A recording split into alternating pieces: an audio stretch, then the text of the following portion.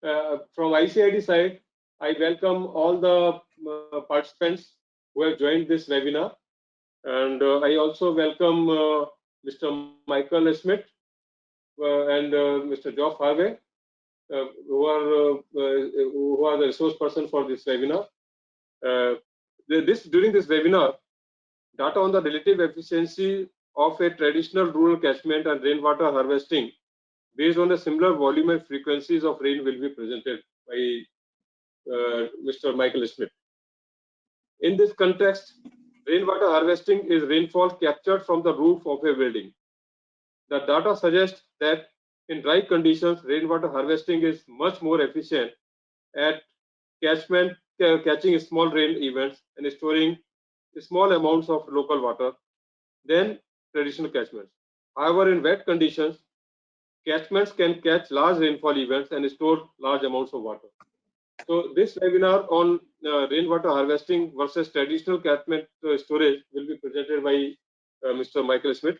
Now I'll introduce Mr. Engineer Michael Smit. Engineer Michael Smit is a Technical and Sustainability Manager at Kingspan Water and Energy, an Australian company manufacturing made-to-order rainwater tanks and part of the multinational building materials Kingspan Group. Michael has a science background and professional experience in rainwater harvesting, water conservation, natural resource management, and strategic and statutory land use planning. Michael believes cities are integrated environmental, social, and economic systems, and all our actions should improve how urban systems perform. Michael has an honors degree in urban planning, including majors in economics and transport engineering, and postgraduate qualification in urban design. Michael is the Deputy Chair of Rainwater Harvesting Australia and co-chair of AWA Water Efficiency Specialist Network. We have Dr. Geoff Harvey as a panelist of this webinar. Mr. Geoff Harvey is heading a working group on rainwater harvesting, which is the ICID working group. And now I'll request Dr. Michael Smit to start the webinar. Before that, I'll request all the participants that they can send their questions through question and answer box. We'll try to answer all the questions in the end, after the end of the presentation. And if you can also raise the hand if you wish to speak. So depending on the time availability, we can give chance to some of the participants to put their questions directly and interact with Michael Smit and Mr. Geoff Harvey. And all the presentation will be available to all the participants, and the recording will also be available to all the participants through our website. So now I'll request Mr. Michael Smit to start his presentation. Thank you. Thank you. Mr. Michael. Thank you very much, and welcome to everybody. Geoff, did you want to say a few words about the rainwater harvesting the task group?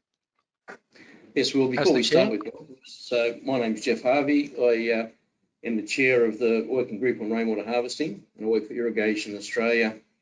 And within Irrigation Australia, we have a rainwater harvesting committee where we meet regularly to look at all the different situations around the country within Australia and all the different states. So we have different issues that arise from rainwater harvesting, and hence the reason why I'm the chair at the moment of the working group on rainwater harvesting, and Michael Smit is the deputy chair, is that we felt that we wanted to share with the world the opportunities that we've already taken up within our dry continent, and to share some of those learnings. We do have a working group of about 12 people at the moment, and we're about to meet again probably early September. But again, we want to try and share in some of these great things, and hence the reason why we're doing the webinar today. So I'll hand over to Michael to start his presentation, and at the end of the presentation, we'll answer questions based on his presentation, and to share some of the things that may come up during the presentation, and more than happy to answer those questions. So thanks, Michael. Thank you, Geoff. And I'm now going to try and share my screen. Can everybody see that? Yes. Yep, that's come through clearly. Well, thank you very much for the kind introductions. I wanted to talk a little bit about some behaviour that we had observed in our catchments. So I live in southeast Queensland in Australia, which is a subtropical area. And while we have, sometimes we have quite a lot of rain, we can also have extended dry periods. And we have the opportunity to compare how a traditional catchment with a dam and a large catchment area of rural and semi-rural land collecting rainwater, collecting water, compares with rainwater harvesting. Now, to put that in perspective, in Australia, we have a great deal of rainwater harvesting. It's a very common form of water storage. So about 1/4, 25% of all houses in Australia have a rainwater tank. So we think that we're quite a good case study for rainwater harvesting. So in terms of what I'm hoping to achieve today, I wanted to compare the behaviour of a catchment in 2019, a traditional catchment with the houses in Australia connected to rainwater tanks, or the potential houses connected to rainwater tanks, and just talk a little bit about what works well and what doesn't work so well in that comparison.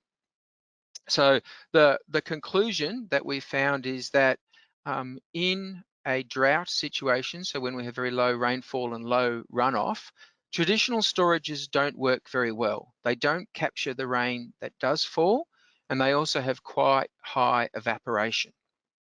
However, we find that the rainwater harvesting behaves quite differently, and that's what I'd like to talk about today. So the ICID working group, the rainwater harvesting group, was established in 2018. For the purposes of today's presentation, rainwater harvesting is defined as rainwater that is captured from a roof. So for many people, rainwater harvesting is water that's captured on the ground. We're only talking about the rain that falls on a roof and is captured into a rainwater tank, so a closed tank. Catchment harvesting is defined as runoff from a large area of forest and rural land in a water catchment that's captured in a surface storage. And the context of the discussion today is in southeast Queensland, and it's around the buildings in southeast Queensland and also our largest storage. So I've just looked at one storage. So the reason I wanted to do this talk today was that I was very curious about some research that was done in Australia in 2008. Sorry, that 2015 is not quite right. And the reference there is provided for the 2008. So gentlemen called Professor Coombs and Professor Barry did some work, and they looked at the relationship between runoff and rainfall for dams.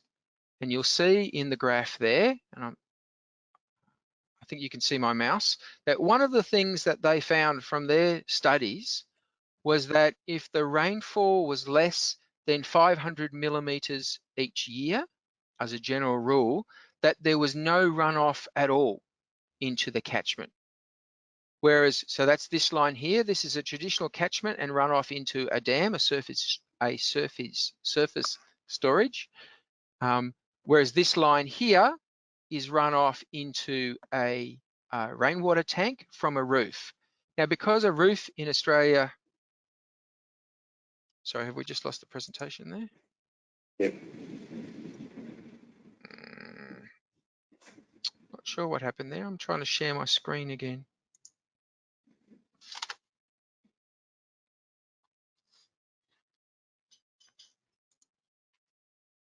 That's better. Can you see that again? No, not yet, we can't. I think my connection must have dropped out. Yep, that's good, Michael. Can you see it now? Yes. Yep. Thank you, Geoff. So this line here is the relationship between rainfall and runoff from a roof into a tank. because a roof is an impervious surface, in Australia it's traditionally a steel roof, there's a very good relationship between rainfall and runoff, and we find that rain roofs and rainwater harvesting is very efficient at capturing it. So I was interested in this idea that if there was less than a certain amount of rainfall each year, that there would be no runoff in a river. So we looked at our local rivers. And I was also interested in this idea. One of the things that Coombs and Barry found was that if the temperature increases, this is the maximum temperature, increases by about 1 degree, then there is a 5% loss in runoff. So we have had a 1 degree increase in temperature in Queensland already. And so I was expecting to see some data that might show that there had been a decline in runoff in Australia. So I was very curious about this graph, and I've spent a couple of years looking at the data that might support these arguments or might not. So the dam that we're talking about there is illustrated here. Can you see that? Geoff, can you see that that go-to chart, the little go-to webinar screen, settings screen? No? Okay. So the dam, I shouldn't be showing that. Yeah. The dam that we're talking about, yes. Yep, is Lake Wovenhoe. And it has a dam wall, and that is the largest storage for southeast Queensland. And that's fed from two main water sources, the Brisbane River up here and Lake Somerset. And the Brisbane River is the one that I'm focusing on in terms of looking at rainfall and runoff. And it's important to say that the Brisbane River has always had highly variable annual flows, so it varies a very great deal. But we think that that variability is now increasing even further.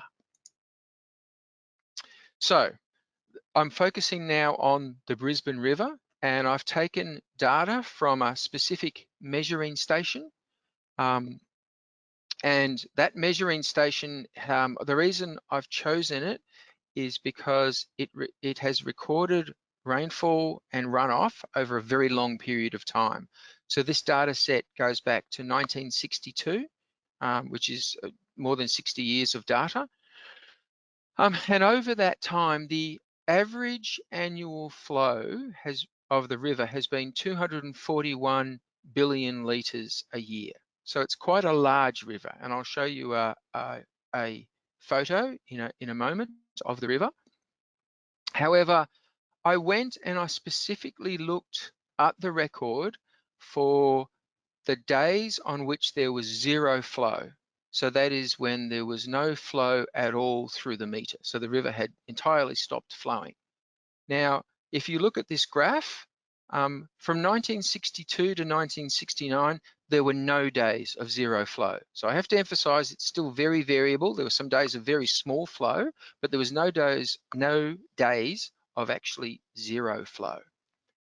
In 1970 to 1979, there was still no days of zero flow. So for nearly 20 years, there wasn't a single day where there was no flow in the river. We did have a small drought in 1980 to 1989, and we found that there was, I think, about 20 days for that whole decade where there was no flow. But that's the first time in the record that zero flow days appear. In the 1990s, from 1990 to 99, we see more than 300 days of no flow. So that's getting on for nearly a year where the river didn't flow at all. From 2000 to 2009 was the most severe drought that Australia has experienced. We called it the Millennium Drought because it started shortly after the Millennium did. And for that decade, we found there was nearly 1,200 days where the river didn't flow at all. So for several years, it didn't flow.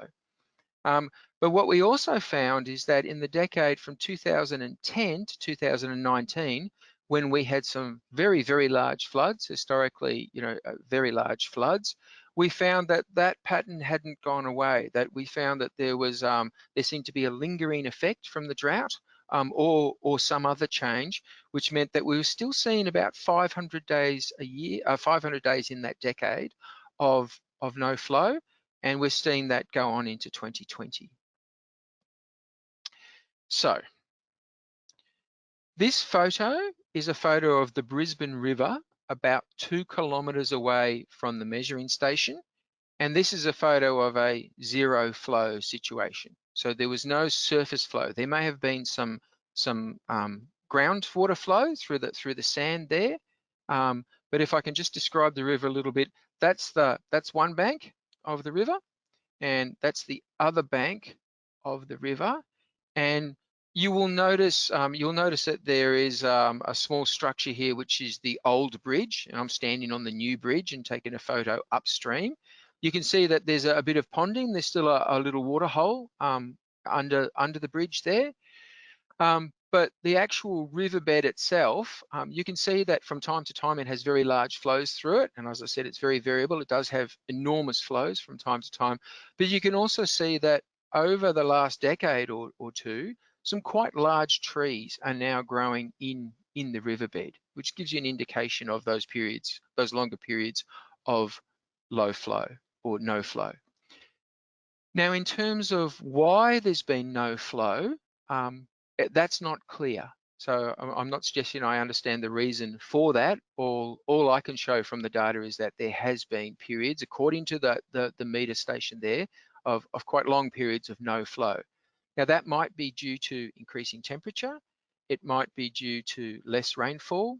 It might be due to land clearing and changes in agricultural use from the 1960s to the present.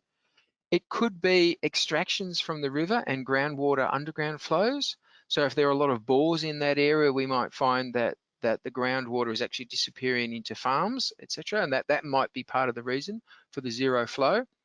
But we're also aware of phenomena that we've seen more and more over the last decade, which is that in a drought, we're seeing the ground dry out very considerably, and we're finding that a very large rain event is required. So more than 150 mil, and in some cases 300 millimeters of rainfall is required before the ground soaks up the water and you start to get runoff into the river.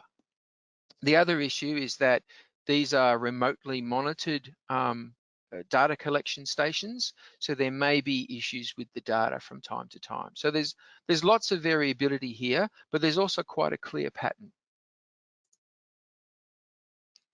So I'm going to talk to this graph quite a lot.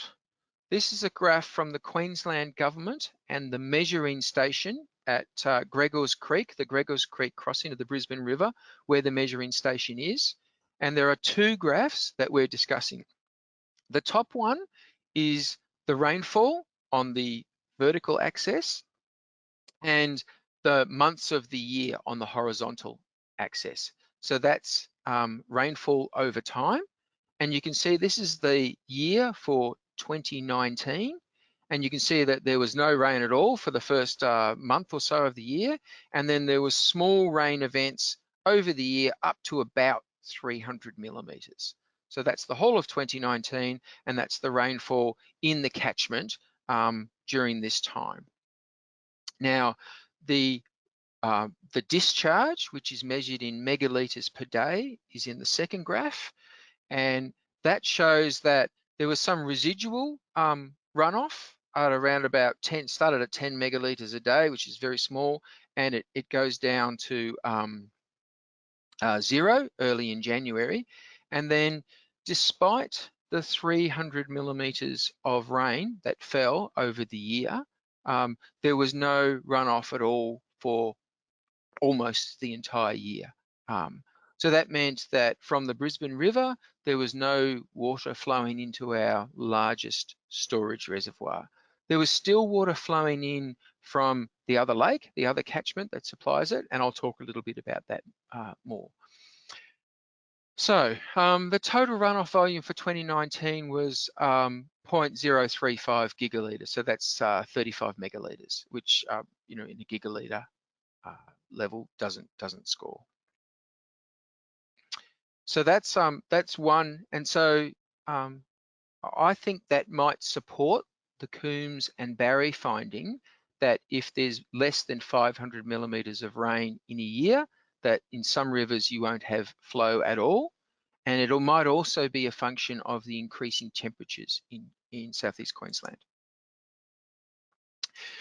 I now want to present the two graphs for the following year, 2020, which was when the drought is generally considered to have ended.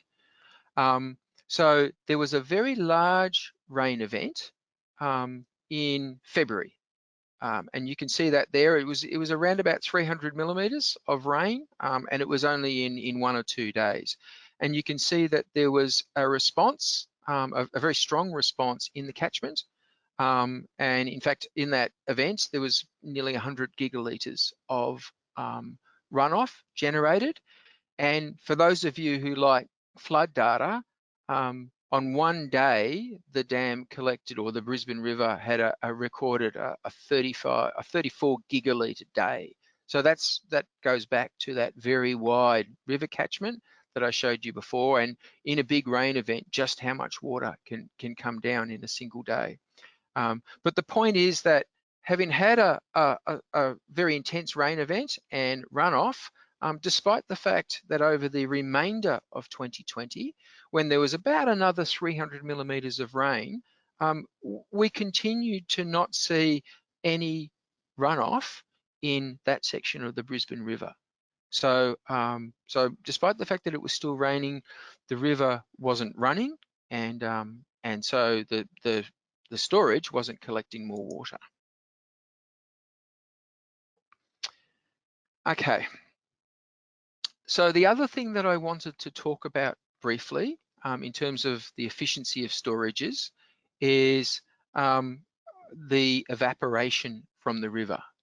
So the formula that we use in Queensland for our storages is that the volume lost to evaporation in megalitres is measured by the depth of evaporation in millimetres multiplied by the area in hectares multiplied by a correction factor of 0.01. And the depth of evaporation in southeast Queensland for Wivenhoe Dam is approaching 2 metres, so quite a lot of evaporation. And that meant an annual evaporation loss of about 107 gigalitres. Now, Wivenhoe Dam, as I said, is the main storage for southeast Queensland, and that means that we are continuously harvesting that dam to provide water for the residents of southeast Queensland. So the output from the dam over 2020 was just over 200 gigalitres. So what that's telling us is that the evaporation from the storage was about half of the water that we harvested from the storage in that year. And I've spoken to the people who manage large reservoirs in Australia, and they said that that's not unusual. In fact, often the evaporative losses from a surface storage are equal to the amount of water that is used for urban centres or irrigation. So the losses from a surface storage and traditional catchment, particularly in drought, do seem to be quite high. So to put some figures on that, the normal average runoff from Brisbane River into the catchment, into the storage dam, is about 240 gigalitres. So in 2019, that wasn't realised at all. The evaporation was about 107 gigalitres, and the dam releases were 205 gigalitres. There was some inflow.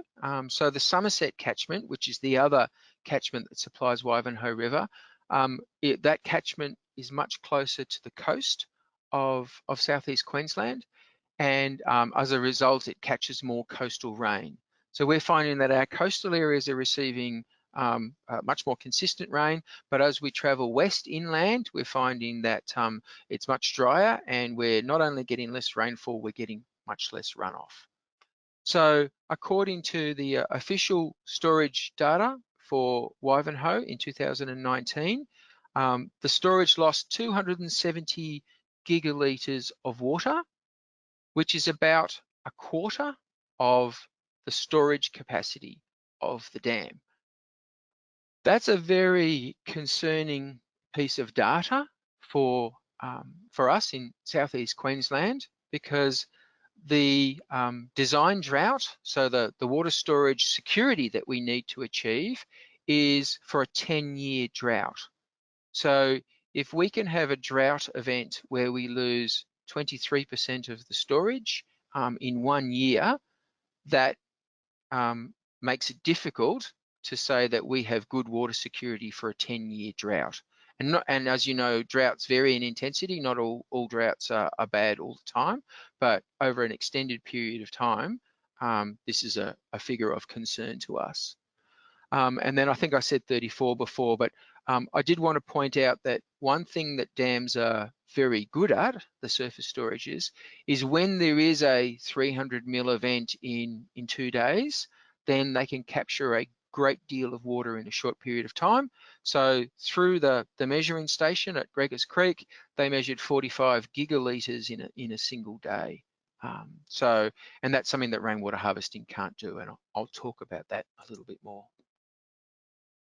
So now I want to change the discussion to rainwater harvesting, and I wanted to talk about some things that we have found that some people think are surprising. So one of the first things I wanted to say was that we have found that even in a drought, there is quite a consistent pattern of small rain events. So there may be much less total rain, but the small rain events which are useful for rainwater harvesting are still quite still continue. So we don't find that it doesn't rain in a drought. We find that it does rain in a drought, and that roofs are good at capturing those small rain events. And the reason for that is because our roofs are impervious, so they don't dry out, they don't soak up a lot of water before runoff occurs. Within a couple of millimetres of rain, we find we get quite good runoff. The other thing is that the rainwater that is being collected from a tank is being stored, from a roof, is being stored in a tank, and we think that we've got very low evaporation from that. So they're not entirely sealed, but they are quite cool due to the thermal mass of the water, and we find that we've got negligible evaporation rates. So this graph shows the daily rainfall events for what was a very bad year. So we had, a number of the smaller catchments in southeast Queensland failed completely, and we actually had to truck water to some of the smaller towns. So it was quite a serious event. So this graph shows the daily rainfall in Brisbane at the Botanic Gardens, and I've given the meteorological station data access point there. And the horizontal axis of the graph shows the days of the year. So it goes from 1 out to 365. And the vertical axis shows all of the rainfall events, but I've only shown the first 10 mil of a rain event. So this is all of the rain events, even if they're larger than 10 mil, but I've limited the vertical axis to 10 millimeters so that you can understand the scale of the smaller events. If you show all the rainfall events, the 10 millimeter sub ones tend to disappear and you don't realize that it's rained. It's important to understand, because these small 10 mil rain events are quite significant for rainwater harvesting.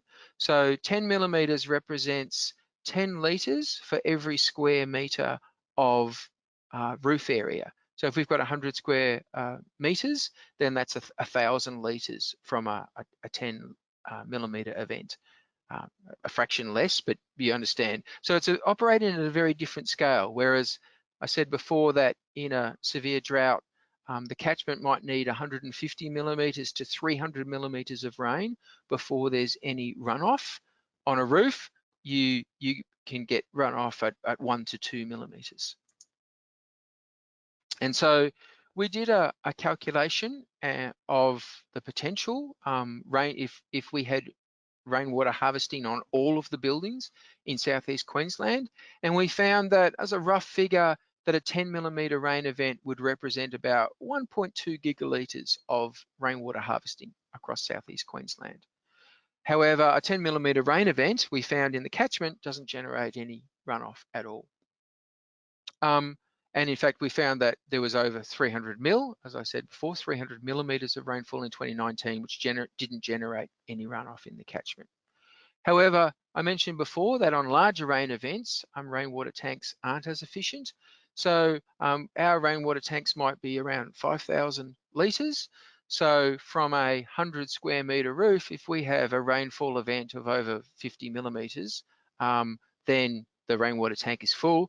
And depending on how quickly the tank is drawn down, the tank might stay close to full for some time.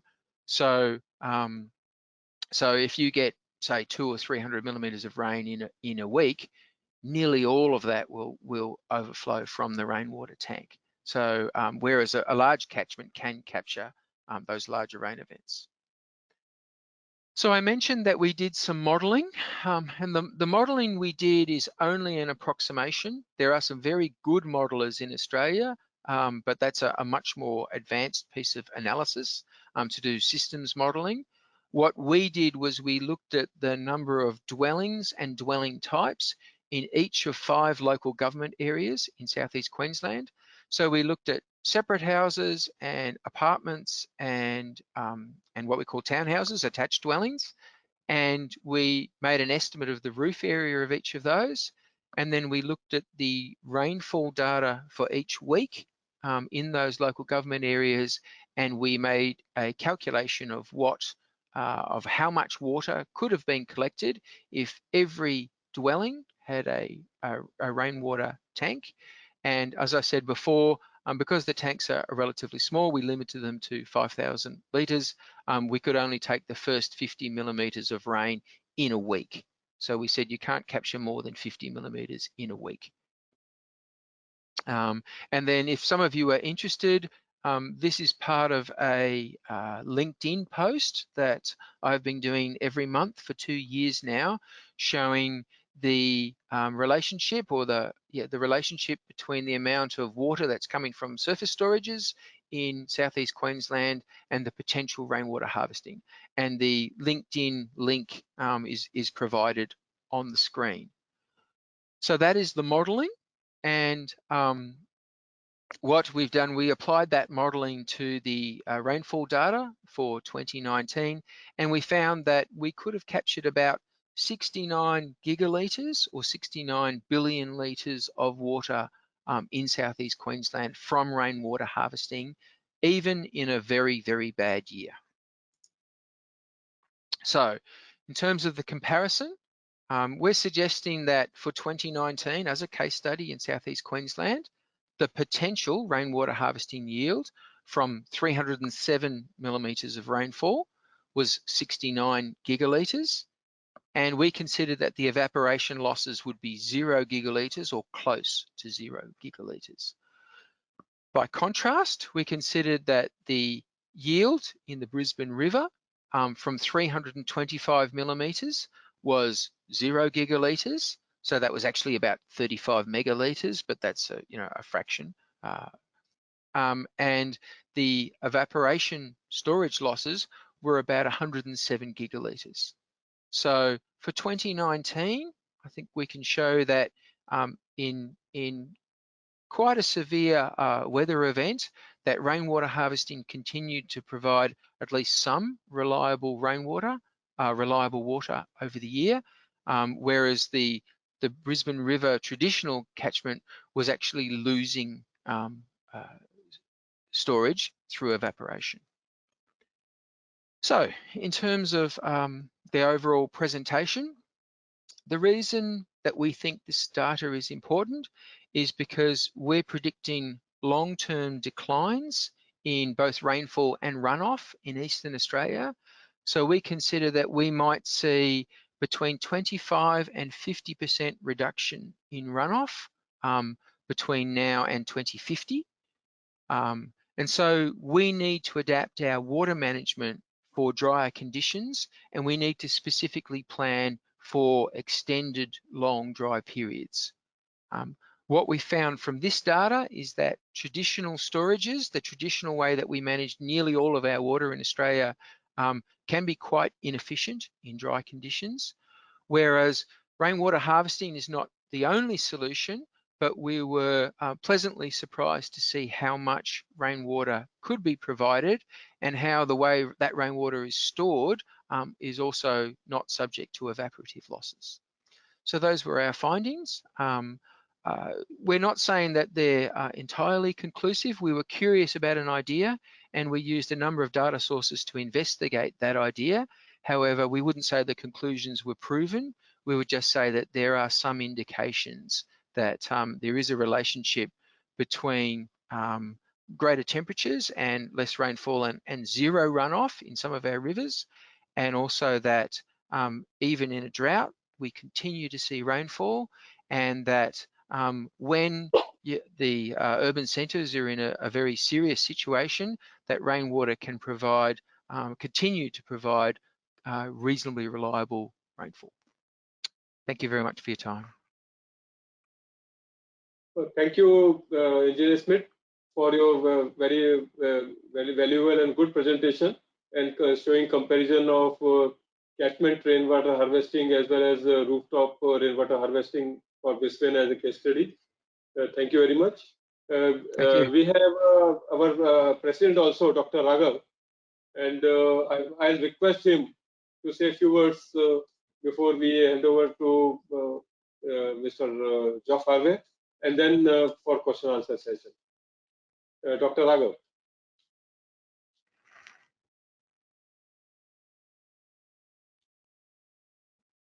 You have muted yourself.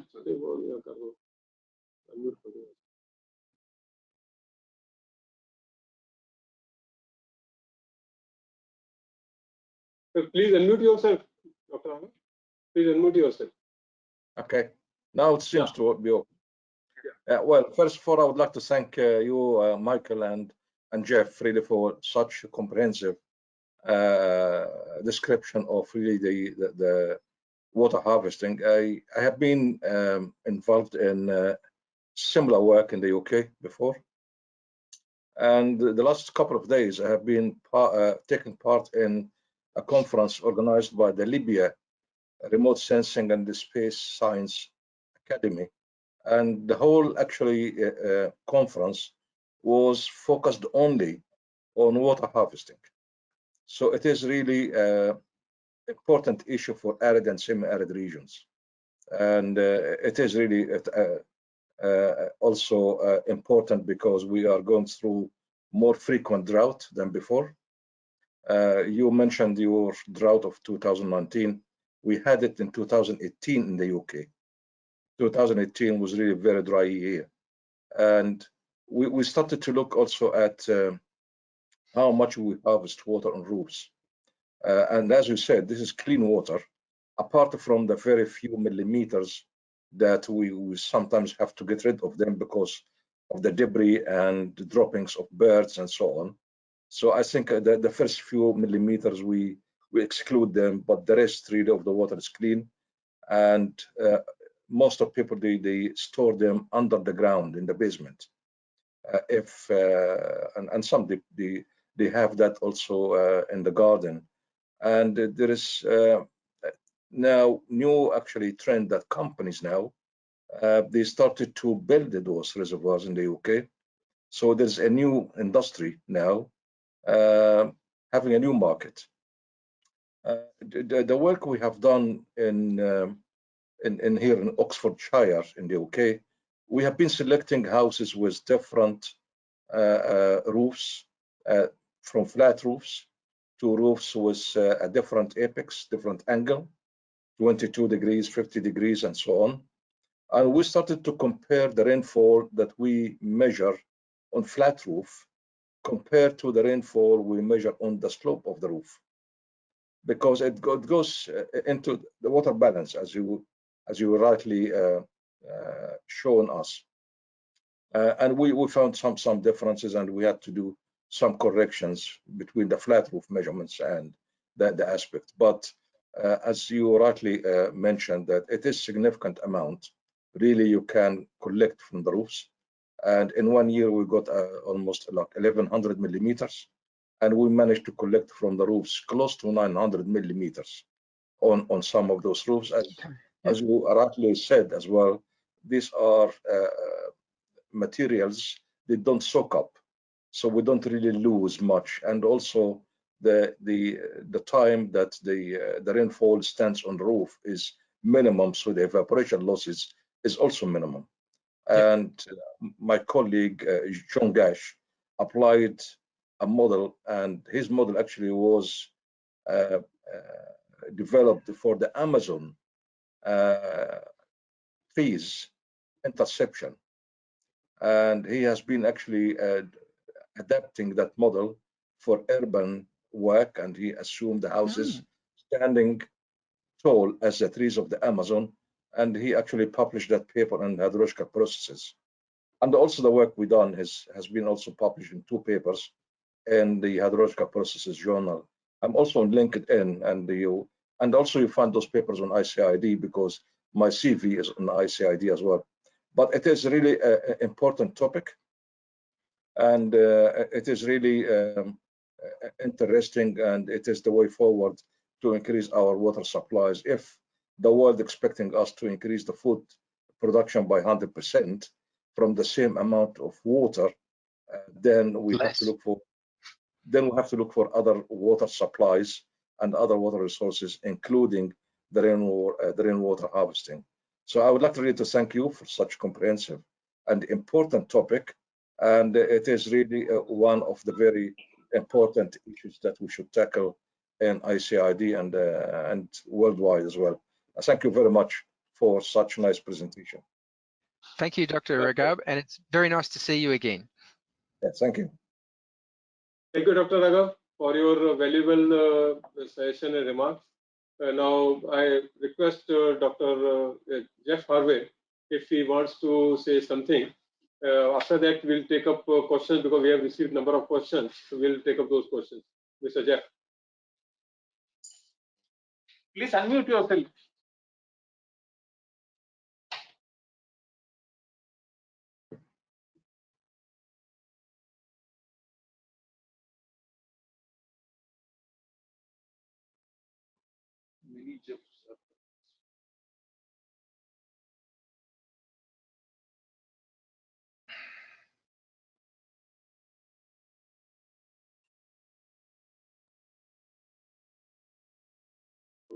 Okay, can you hear me now? Yes. Yeah. Okay, thanks very much. Now, again, I want to thank also Michael for his presentation. He's done quite a bit of study in this rainfall situation, and it's just an example of one part of Australia where we believe we can make a difference. Some people think that Queensland, in southeast Queensland, has a lot of rainfall, and it really doesn't. But both Michael and myself and the Rainwater Harvesting Committee in Australia are very passionate about trying to get the real message to our decision makers in our local governments, because there's facts there that support our situation, and we're just waiting to try and find when these facts will be taken into consideration, because even in 2021 we still haven't had lots of rainfall, and we can see the decline in the major water storages in Australia, not just in southeast Queensland but in other areas. We have other parts of Australia that have large volumes of rainfall where we aren't capturing any of that. So, my personal prediction is, very soon in the coming years, we'll see some big decisions made about rainwater harvesting. The cost of capturing rainwater in a house in most of Australia is very minimal compared to the savings you can make. And it's not about just making water savings, it's about doing the right thing. For instance, in my home, I have a 5,000 litre tank, which is used for 3 toilets and a washing machine. And it very rarely runs out of water with small rainfall events. So about 40% of our water comes from rainfall. We use it for gardens and washing of cars, etc. And I think it just should be a standard thing. Now, Michael and I often speak about every dwelling should have a 3 kilowatt solar panel system and a 3,000 litre water tank as a minimum. And we could make a big difference. And some trees, but not just in Australia, all over the world in some areas. So that's where our passion comes from. And I'm sure, you know, the presentation that Michael's done, we're happy to share more information, particularly through the working group of rainwater harvesting. Some people use rainwater harvesting differently or capture it differently. But I was very impressed at the Bali conference that we went to a couple of years ago. We had a small stand there about what rainwater harvesting is in Australia. And a lot of people hadn't actually seen the sort of tanks that we use in Australia, and we're quite shocked about the questions that were raised. So we did think there's a passion there for it in other parts of the country, and hence what we wanted to share today. So again, thanks for giving us the opportunity to share some of our knowledge and research. We've got much more to show, which we'll do over time, but thanks again. So if we could then maybe go to questions, Harish, and we'll try and answer as many as we can in the time permitted. So thank you. Thank you, Geoff. We have received a number of questions. So what I'll do, I'll read the questions so that others can also hear what is the question. And then either Michael or Geoff, you can answer those questions. So Yes. First question we have received from Mr. Rohit Lal. He is asking how this relationship is derived, that if there is 1% increase in temperature, the runoff is decreased by 5%. If there is, how that relationship has been derived. Yeah, so that's the subject of the paper, and I gave the reference to the paper in the presentation. So that's Coombs and Barry's work, and they made a hydrological calculation about the relationship between temperature, the dryness of the ground, and the incidence of rainfall to calculate that runoff. So that was theoretical work that they did, and so I was quite interested to see whether or not that was something that we could see in the local data. But to answer that question, you would need to speak to Professor Coombs. Okay, thank you, Michael. Another question from Dr. Lal is that can we have more details on tanks used in rainwater harvesting and its approximate cost? If you can share right now, it's okay. Otherwise, you can share through separately through mail also the details of the tanks and the cost, approximate cost of the tank. Geoff, did you catch that? I'm struggling at this end. So the approximate costs and the types of tanks that can be used in Australia. Okay, so we have what we call urban tanks. So they might be 2,000 to about 5,000 litres. So they're quite small, and they often fit behind a fence or under the eaves of a property, and that might cost about $3,000 with a pump and some technology. So one of the things that we do in Australia for our urban rainwater harvesting system is we have an automatic bypass system, so that if the rainwater tank runs out of rainwater, the system will automatically switch to utility water. So the house never runs out of water. So if it's providing water for your toilets, you never have to go and flick a switch. It's an automatic bypass. It makes it a little bit more expensive though. So about $3,000 for a 5,000 litre tank and the associated plumbing technology. The other group of tanks though that's important to talk about is that for many parts of Australia, rainwater tanks are the only source of water. For many properties. So in our more rural areas, it's all rainwater tanks, and those tanks are often 100,000 or 200,000 or 1 million litres. So they're much bigger tanks. They're constructed quite differently. They also have a roof on them though, so they don't suffer from the evaporative losses. and they're much cheaper. So they're much more cost effective, and they're much larger storages. And then there are also a number of rainwater tanks or tanks that we use for fire storage and those sorts of things. So the rainwater tank industry in Australia is quite advanced. It's quite a big industry, and there's lots of different ways that we use rainwater. Geoff, have I covered it there? Yes, I think so. I guess the true cost of a rainwater tank is very small compared to the savings that it can give you, and you know the additional water that can be saved in a small rural property where you are just relying on rainwater. You might have about a 25,000 litre poly tank or a steel tank, but you know with a pump you can probably have those also installed for $6,000 to $8,000 or thereabouts. But it's the only water source that they have, and they do last a long time. So in the scheme of things, based on our economy and the wages that we do, the cost of a tank is very small compared to the savings and the benefits you get over a longer period of time. And a lot of those tanks are guaranteed for 20 years. Okay, thank you, Michael. Thank you, Geoff. Another question is from Mr. Paritosh Tyagi. He is asking, will runoff depend on annual rainfall, or will it depend more on intensity of rainfall and duration in an event of rainfall?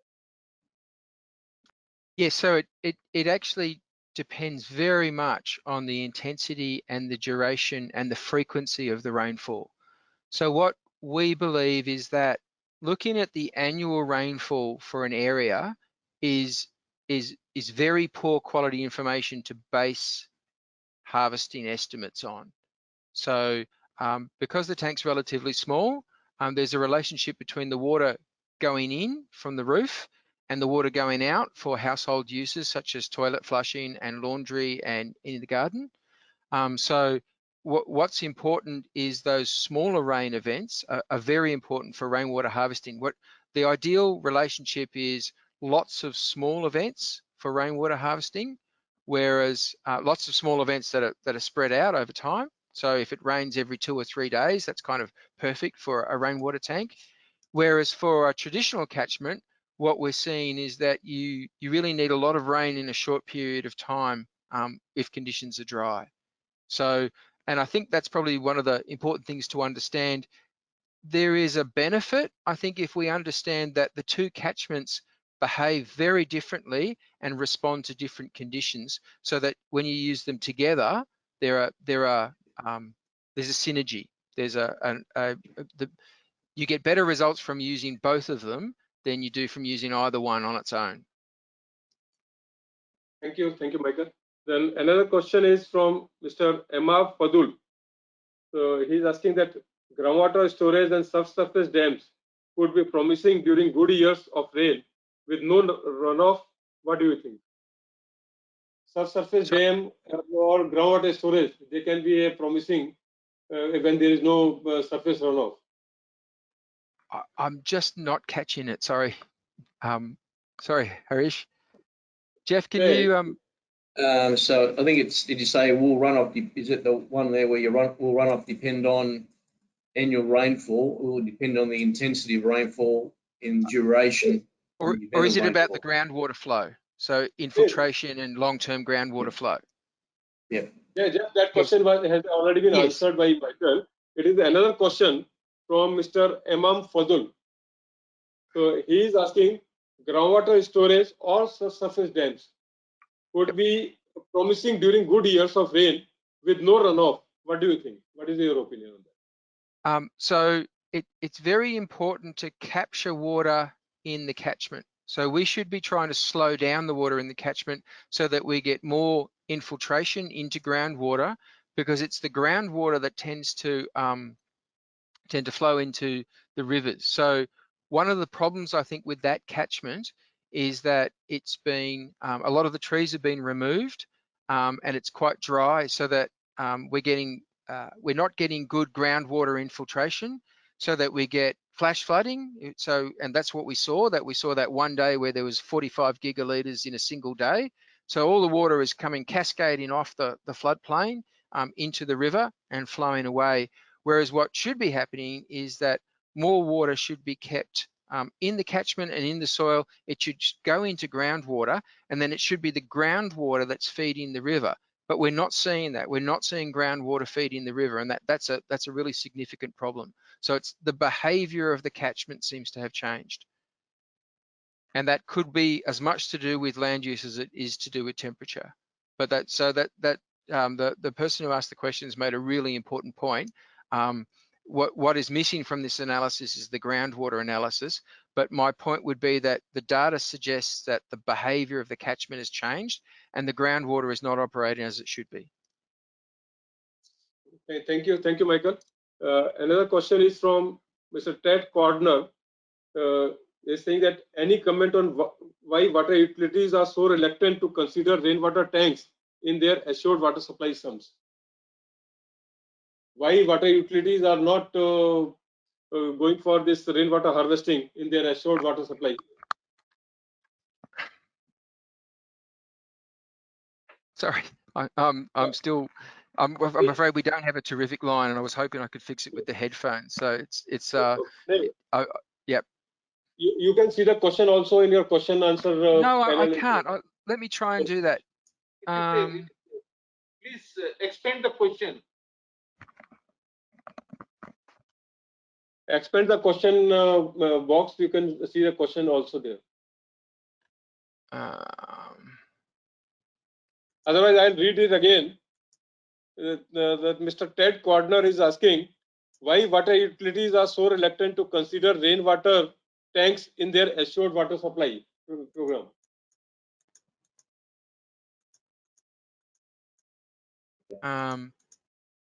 Is that what is the best method, technique, and model design for rainwater harvesting, which will be cost and water collection efficient? Is that the question? Ted Gardner. Hey, he is asking why this water utilities are not going for this rainwater tanks in their assured water supply. Why they are not? Sorry, my line is not good here, Harish. My apologies. Geoff, can you help at all? Can you hear it better there? Can we ask them to speak? Geoff, Ted Gardner.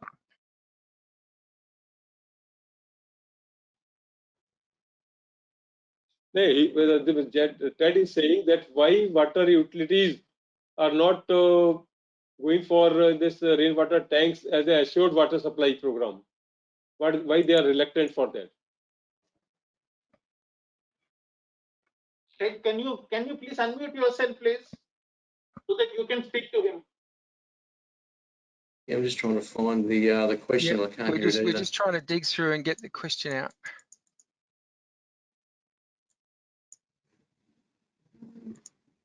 Is that it there? Ted Gardner, Michael. Oh yeah, we know Ted Gardner. He's a Queenslander. Yeah. I can't see it there, Geoff. Can you read it out to me? I'm having trouble working this screen. I'm just flashing it to you. Can you see it now? No, I can see part of the questions, but I can't see all of them. I'm sorry, Ted. Okay, please let's move. I'm also, my apologies, but I have another meeting. Yep. So if we can just sort out Ted's question, because I don't want to leave him hanging.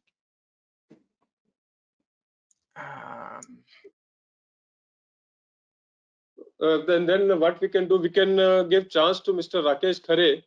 He has raised hand to say something. So we'll unmute him. If he's there, then he can speak.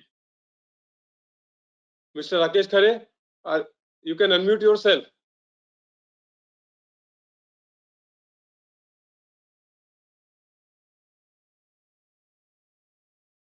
Mr. Rakesh Khare, you can unmute yourself. So I think he's not able to unmute. So Mr. Srinivas Chakukula has also raised the hand. So we can request him to unmute and then speak. Mr. Srinivas. Yeah, please continue. Thank you. Thank you. Thank you for this opportunity, and thank you very much, Michael. I think this is almost like sitting in a classroom. It was fantastic presentation, and it really gives a clear sense of it, of the big advantages of rainwater harvesting.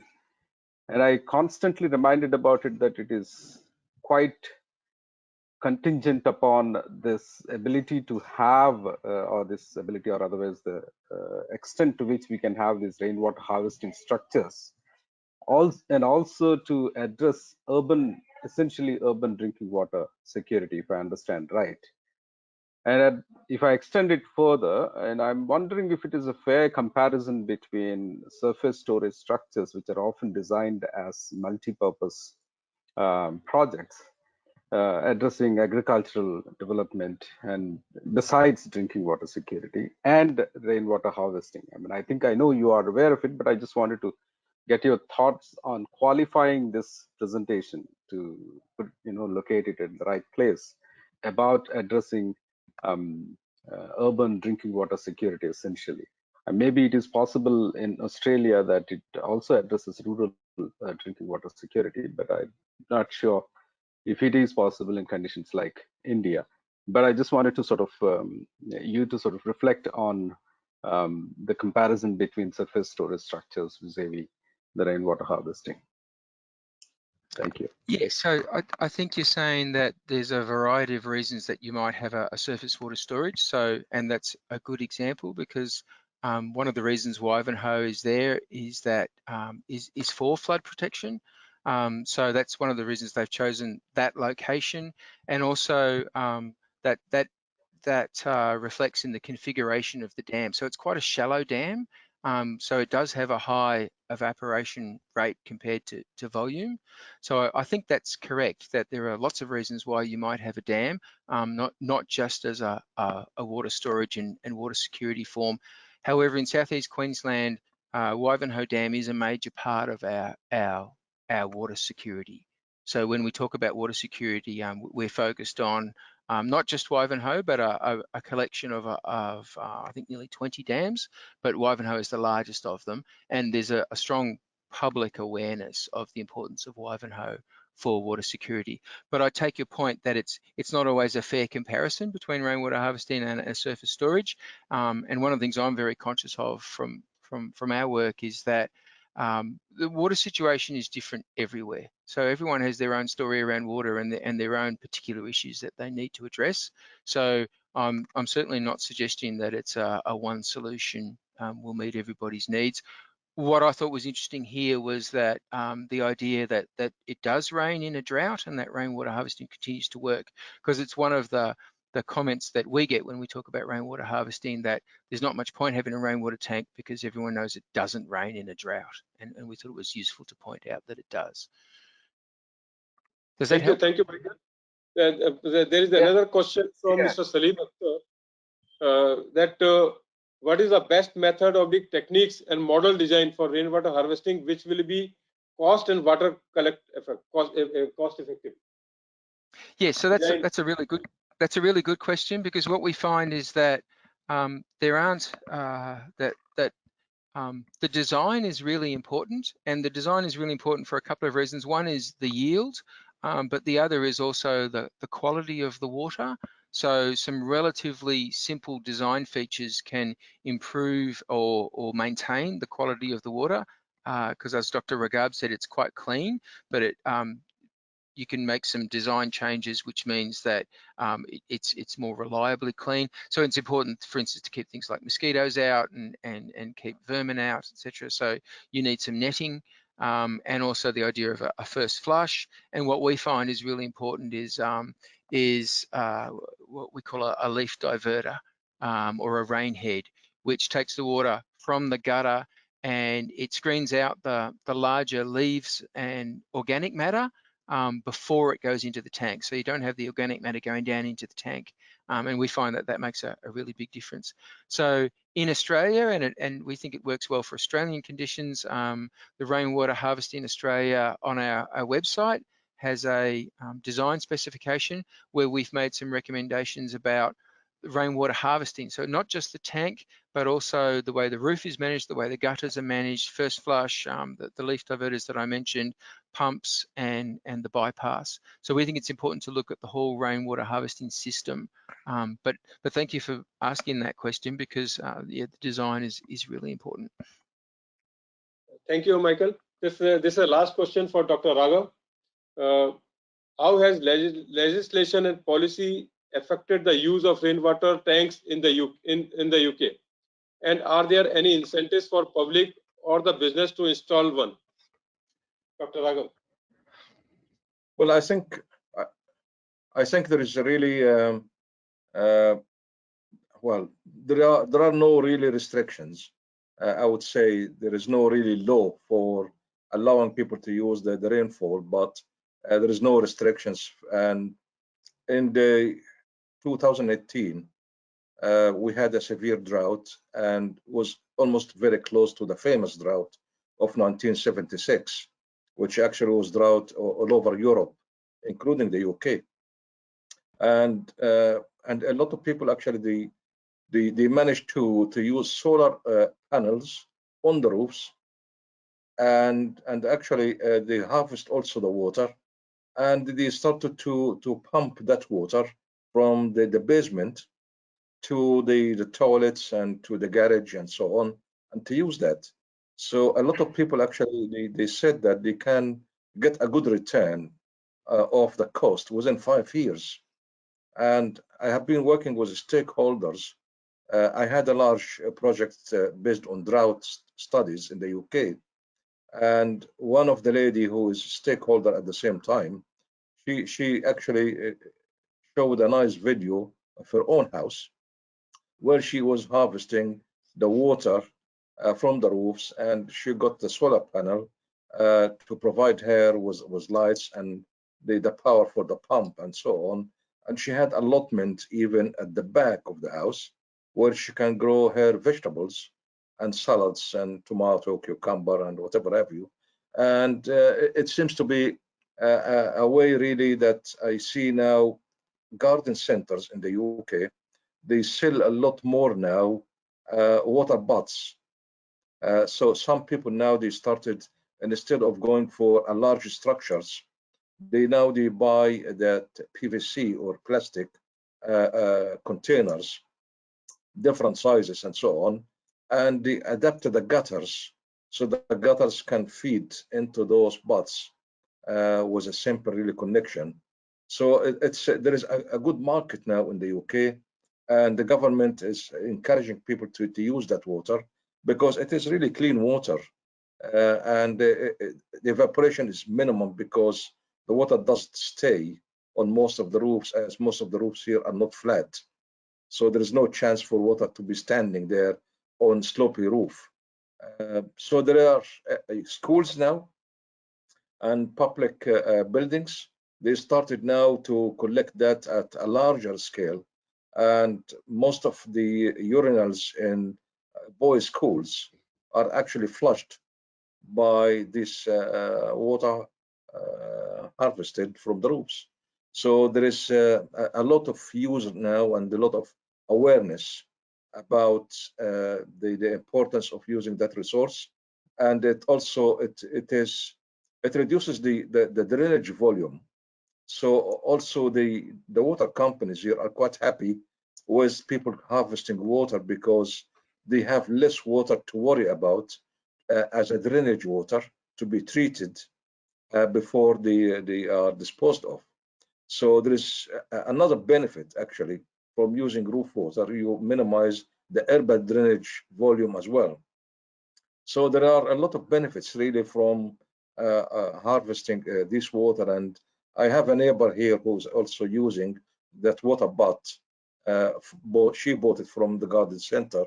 So I can see even around me in neighborhood, people started really to take that into account because the drought here in the UK started to be more frequent than before.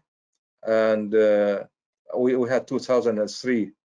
After 1976, we got 2003, and then 2008, and then after that we got 2012, and after that we go 2018, and it is really more frequent for the older generation would know that because they lived through the famous drought of 1976, and they can see that actually is getting more frequent and more intense. And our modeling work, which I published actually last year, in 7 catchments in the UK, from Scotland all the way to Cornwall and Wales in the south, indicates for the UK, which most of the people outside UK, they think UK is a water-rich country. That's not true. It's not true, because the modeling work and also the data shows that actually we have a reduction in the rainfall over the years, and also the models predicts that we'll have more drought events in the future, and more frequent and more intense. So the severity of the drought events in the future will be even more severe than the ones that we experienced in 76 and 2018. So a lot of people now, they started really to look at this phenomena of the drought and to prepare for it. And a lot of people now, they accept that we have a good source of water, clean source of water, and why we don't use it. It's free, you don't pay for it. And there was, of course, an issue. Someone was saying from the water companies here in the UK, this water, you don't own it. But actually that was really dismissed offhand straight away, because people say this water comes from God, and that's ours. Yeah, it's a free water. You don't pay for it. And a lot of people now, they are making good use of it. And I think it's really a good way to increase our water supplies. And it's part of nature, Dr. Ragab. I think that's really important, that that's part of the natural water cycle. So using rainwater is actually a way of interacting with natural systems, and natural systems have been around for a long time. They're reliable, and I think we need to do more of that rather than relying on artificial systems. Yeah, and also I should add that there is a research now here also in the UK about really harvesting the clouds at the same time, Okay. by using drones and charging the clouds with actually electric charge, and to try to get the rainfall instead of seeding the clouds with silver iodine as the classical way of using that cloud seedings. They started now, instead of using the silver iodine, by using just electric charge, and to try to increase the rain. It just shows you how it is now desperate for countries, even water-rich countries, to look for other sources of water. Thank you, Dr. Raghav. With this, we'll come to end of the our webinar. For attendees and all the participants, we'll put recording of this webinar on our website. It may be available in a day or two once we process it. I thank Dr. Raghav, President of ICID, to come and share his remarks and share his experience on rainwater harvesting. I thank Engineer Michael Smit for giving this wonderful presentation and going through that question and answer session and clarifying the doubts and other things. I thank Dr. Geoff Harvey to share his experience from Australia. He is chair of working group on rainwater harvesting of ICID. I thank all the participants and attendees who have attended this presentation from beginning to end. And this presentation will be available on our website in a day or two. Thank you very much.